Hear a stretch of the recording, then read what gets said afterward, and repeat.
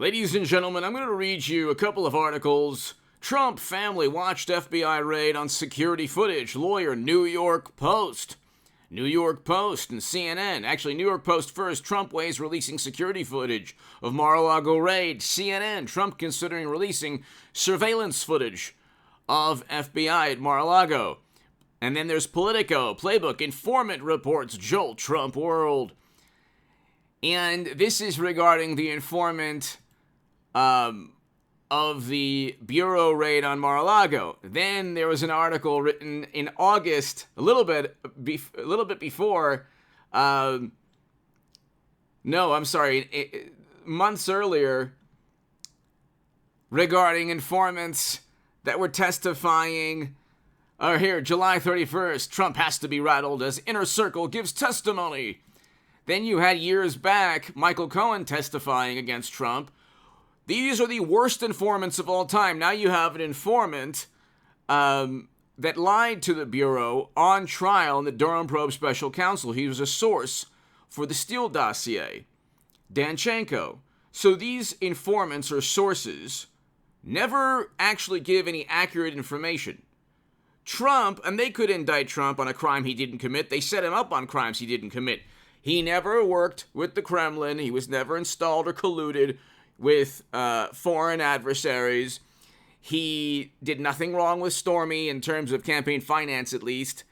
He did nothing illegal in Georgia or in New York. His tax returns were not the epicenter of criminality, and the committee in January failed to find any evidence that he organized a plot to overthrow democracy or overthrow the United States government. You'd have to be a completely apoplectic imbecile to believe that. But we're talking about morally superior, highly educated Democrats who many of them physically can't listen to an idea or a viewpoint that's contrary to their own. It's like they physically shake because they just can't. The cognitive dissonance controls their entire being. So they can't possibly, not only can they not accept different viewpoints, they can't even be friends with somebody who supports Trump, even if it's a lifelong friend, because they live within a world of cognitive dissonance, the perception of feeling morally superior, and ignorance. Ignorance is bliss. The less they know about the corruption on their political side, or the less they care about that corruption, the better they feel in judging others. Hit subscribe to this channel, ladies and gentlemen, right now. This is a very important point. He knows who the informant is. The affidavit will list the informant, but perhaps in its redacted form, you're not really going to find out who the person is. The informant did not have did not have the security clearance to rummage through Trump's boxes. So there's no evidence now, other than accusations, other than the search warrant, other than a judge signing off on a search warrant, which could easily be manipulated. We know that when people say, oh, it's not a Fourth Amendment violation, it was a search warrant signed off by a judge. Kevin Kleinsmith, one of the agents or attorneys at the Bureau, literally falsified evidence to deceive FISA judges, just to prolong investigations into Carter Page. He pled guilty for that. They utilized the Steele dossier to justify endless investigations and eventually a special counsel. Then, when called out and when confronted with the fact they utilized the fake news dossier to investigate Trump, they said, well, it's not just the dossier, it was the meeting with Alexander Downer and George Papadopoulos. So what? When was the last time Democrats had an investigation started against them based on a meeting with somebody that had ties to Clinton or Giuliani or anyone else? And Alexander Downer has ties to both Clintons and their foundation. And so who cares if what he notified America's intelligence agencies and said that George Papadopoulos knew about Clinton's emails, or that he knew about a plot to obtain Clinton's emails, or the DNC emails. So you're going to trust one foreign diplomat, while at the same time accusing Trump of colluding with foreign diplomats and foreign intelligence agents. But that's the Democratic Party, that's media, that's the United States government leveled against Trump. And they found nothing. See, here's the thing. If you have a source in journalism and your reporting is accurate, that means your source is a good source and you're a good journalist. If you constantly have unnamed sources accusing Trump of everything under the sun, you're a hack and you are simply a partisan activist. You're a Democratic Party mouthpiece, which is what most of journalism is today.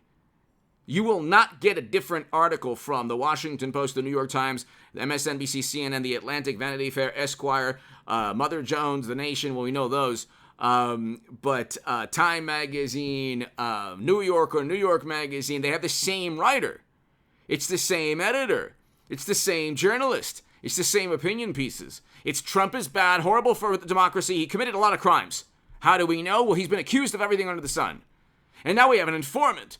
And now we have people flipping and singing. And they take this like drugstore spy novel, like this cheap, poorly written crime novel, and they've turned it into, oh, Trump, people are going to flip and sing, the walls are closing in, oh, the informant notified the authorities of Trump, and now they're looking at the damage he's done to national security. Clinton had servers with top secret intel hacked almost certainly by the entire world for 4 years. And how she was able to transfer that top secret intelligence, SAP intel, and classified data from secure government networks onto an unencrypted personal server, unencrypted for 3 months, according to Forbes and Fortune. And James Comey stated, yes, although there are potential violations of statutes regarding the handling of classified data, he acknowledged that there were potential violations, but he said, no reasonable prosecutor. So don't say people aren't above the law. Of course they are. They're above the law, if Comey says, if Democrats say they are. And then with Trump, everyone knows they're just trying to get him. They're just trying to get Trump. They don't really care if he's guilty. That's why I say be prepared for the possibility. I'm not predicting anything, but here's the possibility of them indicting Trump. And, let people know that H.A. Goodman has told you there's a possibility that they indict him. Now, this isn't Nostradamus telling you anything. I'm really not making a prediction, but I'm just kind of telling you emotionally and psychologically and spiritually. Prepare for the United States government to do anything possible to prevent democracy from taking place.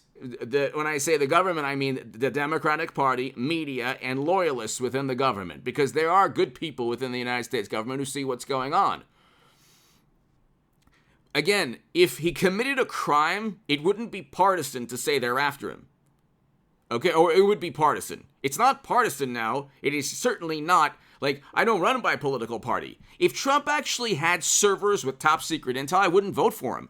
I'd say, look, he's engaging in a pay-to-play scheme. He's getting hundreds of millions of dollars for his foundation, and they just allowed 20% of U.S. uranium capacity to be sold to Vladimir in Moscow.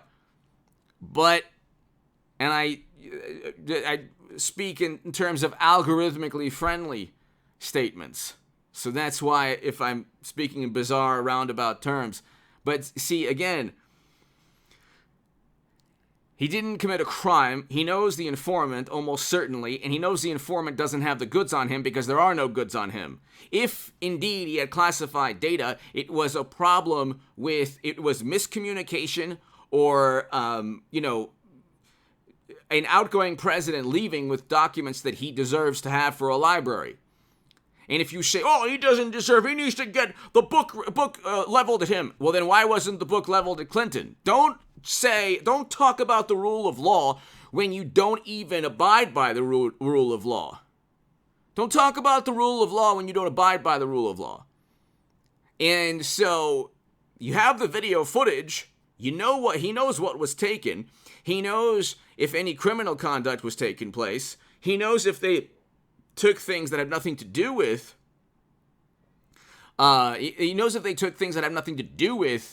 what he's accused of. And he knows that they're going to stop at nothing to go after him. The interesting thing is James Comey set a precedent. He's not going to, if he gets indicted, he's not going to get convicted because Comey set that precedent. There's no intent to commit a crime. There obviously was intent to commit a crime with Clinton and servers and top secret intel. It wasn't just her emails. It was her top secret intelligence on servers running outside the U.S. government while half her communication was deleted. Okay? And I want a Hillary Trump 2024. I want to relive 2016. We need to relive 2016 and move past it once and for all. But the idea that he should be sent to prison as a former president who had boxes for a library, who was in contact with the National Archives and the Department of Justice and the Federal Bureau of Investigation in June already went to Mar-a-Lago. And you mean to tell me that this is worse than what Clinton did, who had secret servers that the President of the United States of America didn't even know of?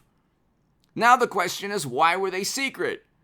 But see, again, it's like, this is like, everyone can see what's taking place. The entire world knows that Democrats and loyalists within the U.S. government are going after Trump. The entire world knows this. You'd have to be a fool to believe that there's no politics at all. They're investigating Trump in Georgia. They're investigating Trump in New York. They're investigating Trump for January. They're investigating Trump for the Mueller probe. Oh my God, he must be guilty. Or they can't find anything on him, and they have to investigate because the actual crimes of Hunter and Hillary are so profound that they know crimes were committed, and they know that they're covering up those crimes. So they, in a public relations stunt, because you have, like I said, almost every political publication out there going to bat for Democrats and lying on their behalf and suppressing information. And we know when push comes to shove, they say, well, we had to suppress information. Anyway, hit subscribe to this channel.